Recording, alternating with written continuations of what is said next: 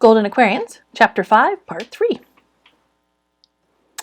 They chose as a meeting place a spot where the stream doubled back on itself to form almost an island.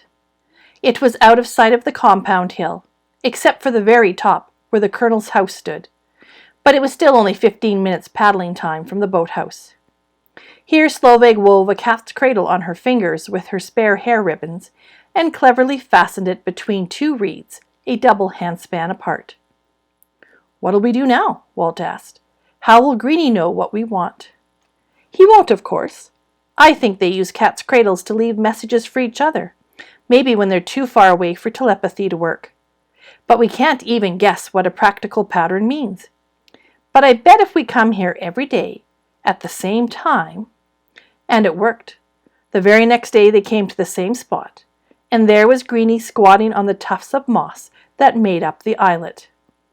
Walt shuddered and for an awful moment thought he might get sick. Greenie was so very large, so very slimy, so alien. He swallowed and clenched his fists so that the nails bit into the palms of his hands. A large flat frog, Slovak had joked, and Greenie really did look like that. A large, talking frog.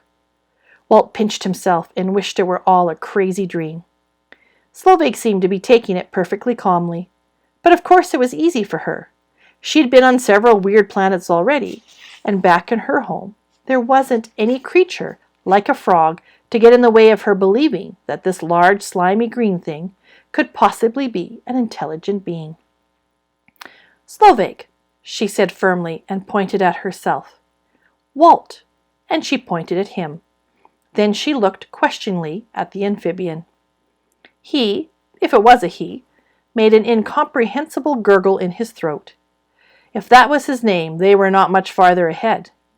This really is an alien, Walt thought. We have absolutely nothing in common. He suddenly wondered what Aunt Gloria would have made of it. The creature squatted on a pad of marsh moss, its head at about the same level as theirs as they sat in the canoe. It was a wide head with well-marked cheekbones, a flat nose, and slanted amber eyes. The pupils were slit horizontally like those of a horse, which made its face look even wider, as did its mouth, which spread in what seemed to be a humorous grin. Like dolphins back home on Earth, Walt thought, in marine parks and aquariums. They always seemed to be enjoying themselves as they jumped through hoops and returned beach balls to their trainer. But really it was just the set of their mouths, with that little fold in the corner that signals to humans, "I'm happy." Only maybe they weren't. Certainly this creature had nothing to grin about. If needed, it understood what the invaders from space were going to do to its planet. Walt stopped being quite so frightened and began worrying instead. Greenie suddenly spoke. Its voice wasn't at all like a frog's croak, though its throat swelled up like a frog's as the sounds came out. It was deeper, more sonorous, and the sound had a shape to them. It was definitely language. "We need your help," Walt said slowly. "We don't understand what you told us in the cave." "Ah," Greenie stretched out his long arms and put a hand lightly on each of their heads. The hands had 3 fingers and a thumb. Walt had time to notice, trying not to flinch at the touch. The fingers were long and supple, splayed at the tips, and they felt cool and a bit clammy. Once the hand touched his head, Walt didn't have time to worry about Greenie's appearance, because his head was filled with a rush of ideas, almost as if someone had switched on a radio. It was a bit like listening to a person talking very fast. You got the idea behind what was said, rather than the actual words. Walt understood that if he thought what he wanted to say, Greenie would understand. But he felt more comfortable putting his thoughts into words. So evidently did Slovak. "Something important's going to happen to Aqua, to your planet, isn't it?" she said. Greenie's amber eyes glowed. "Soon." He sounded happy. "But what is it? In the cave, the picture on our heads. It looked like a tidal wave. How will it happen? Why?" Walt asked in turn. "It will be the completion." They both understood when he spoke these words that for Greenie, the completion was the most wonderful thing in the world, something he and his brothers and sisters had waited for all their lives. Does that mean that if the wave doesn't come, you won't be complete? Something will be missing? Worse than that, it seemed. If the wave didn't cover Aqua, then the new babies, now glowing lights on the roof of the cave, would dry up and wither away, and that would be the end of intelligent life on Aqua.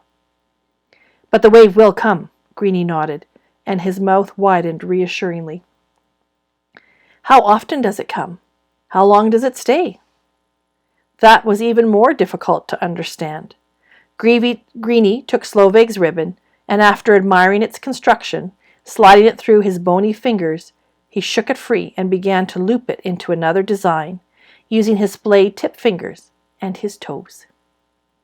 They stared at it, trying to puzzle out what it might mean. It's a bit like a comet with a long tail, Slovag suggested. Or maybe a planet with only part of its orbit ribbon. Is that it, Greenie? Another planet? He can't understand about planets and comets, Walt objected. They can't possibly study astronomy when the sky's covered all the time. Greenie shook the design free and held his hands over his head like a diver. Then he parted them, slowly lowering his arms to each side, all the time staring up the sky as he did so. Clouds. Clouds parting? Guessed Slovag, and Greenie nodded vigorously. So it does stop raining, and the sun does come out, Walt asked. And it is then that the wave comes? Because of something out there? To each of their questions, Greenie nodded excitedly. He put his hands back on their heads, and Walt felt his brain almost explode with images. Stars, wind, the sun beating down, water shrinking back from the land and then coming in, a great wave of it, and between the drying up and the flood, something else, something that Greenie couldn't describe in mere pictures, something wonderful that was promised to all his kind. How many of you are there? Walt asked, and Greenie's arms were flung wide, his fingers opening and closing to convey thousands of creatures like him all over the planet. How come we didn't find you? If only we'd known in time. Walt stopped. Would his father have stopped work if he had known that Aqua was the home of the first known intelligent amphibian in the galaxy? He could almost hear the colonel's voice. Stop terraforming on account of some low-life frog? You must be out of your mind. Where were you? Hiding, it seemed, in caves, in the courses of underground rivers, among the reed forests. But who warned you we were coming? You couldn't have seen the survey ships. Not possibly.